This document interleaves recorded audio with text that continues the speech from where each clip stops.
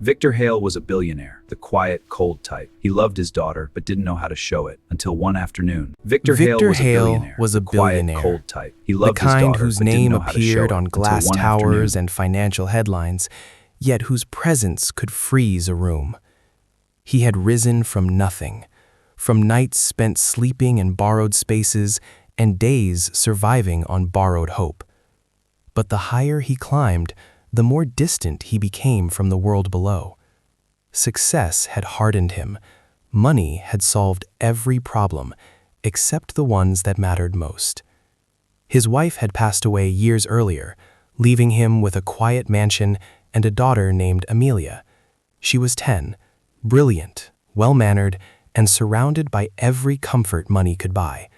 Private tutors, imported toys, custom-designed bedrooms. Yet Victor noticed something he couldn't fix with wealth. Her laughter was rare, her curiosity shallow, her kindness undeveloped. He loved his daughter, but he loved her the only way he knew how, by providing. Every morning, Victor's driver took Amelia to an elite private school. The route cut through an old part of the city Victor hadn't touched since his youth. One rainy afternoon, traffic slowed near a worn-out bus stop. Victor glanced outside out of boredom and saw something that unsettled him. A young homeless girl stood there, barefoot on the cold pavement, sheltering a small boy beneath a patchwork umbrella made of plastic and wire. She held a stick and was writing numbers on the ground, patiently explaining them while the boy repeated after her, smiling. Victor looked away, unimpressed. Poverty was common. He had escaped it. Why look back? But Amelia pressed her face against the window. "Daddy," she whispered. "She's teaching him." Victor said nothing, but the image stayed with him.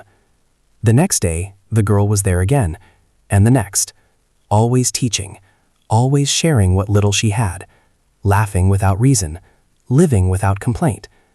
One evening, as Victor reviewed documents at his desk, Amelia sat beside him and asked a question that struck deeper than any business threat. "Daddy, how did you become rich?" He smiled, proud. "I worked hard. I focused. I never wasted time." She nodded slowly, then asked, "Did anyone help you?" Memories he had buried rushed back. Teachers who fed him, strangers who paid small fees, hands that lifted him when he had nothing. "Yes," he admitted quietly. Amelia looked up at him. "Then why don't we help people too?" Victor had no answer. Days later, Amelia asked the driver to stop near the bus stop.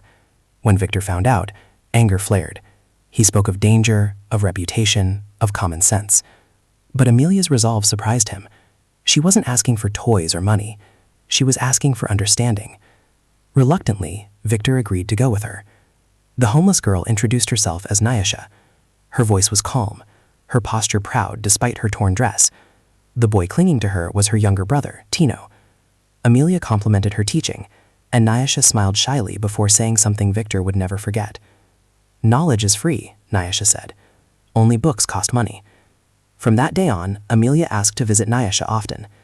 Victor watched from a distance, observing lessons no elite school had ever taught his daughter. Nyasha showed Amelia how to listen without interrupting, how to divide one piece of bread so everyone felt full, how dignity had nothing to do with possessions. When Amelia once asked if she was angry at the world, Nyasha shook her head. "Anger is expensive," she said. "I can't afford it." Victor lay awake that night, haunted by the wisdom of a child who owned nothing, yet understood everything he had forgotten. He eventually learned Nyasha's story. Orphaned, dispossessed, forced to abandon school to protect her brother. Dreams paused, not destroyed. Every day at the bus stop, she taught children so they wouldn't lose hope the way the world tried to make her lose hers. Then one morning, Nyasha was gone. The bus stop was empty. No chalk marks, no laughter. Victor felt a panic he couldn't explain. He searched until he found her at a clinic, holding her feverish brother. No money, no help, no complaint. Without thinking, Victor paid for everything: doctors, medicine, food. Nyasha thanked him, but then said something that broke him. "Please don't save us once," she said softly. "Teach us how to stand." That night, Victor Hale changed. Not publicly, not loudly. He built a small school near the bus stop. He hired teachers but placed Nyasha as a student mentor. He funded clinics that treated people with dignity, not pity. He stopped throwing money at problems and started building paths out of them. Amelia changed too. Her world expanded beyond possessions. She learned that wealth without kindness is poverty in disguise. Years later, Victor sat quietly at the back of a graduation hall. Nyasha stood on stage, now a trained teacher, confident and radiant. She spoke to a room full of children who once had nothing. Grace is not what we receive. Grace is what we pass on. Victor wept openly, not because he had become successful, but because he had finally become human. True success, he learned, is not measured by how high you rise, but by how many you lift while rising. And sometimes the greatest teachers are the ones the world forgot, until they remind us who we were meant to be.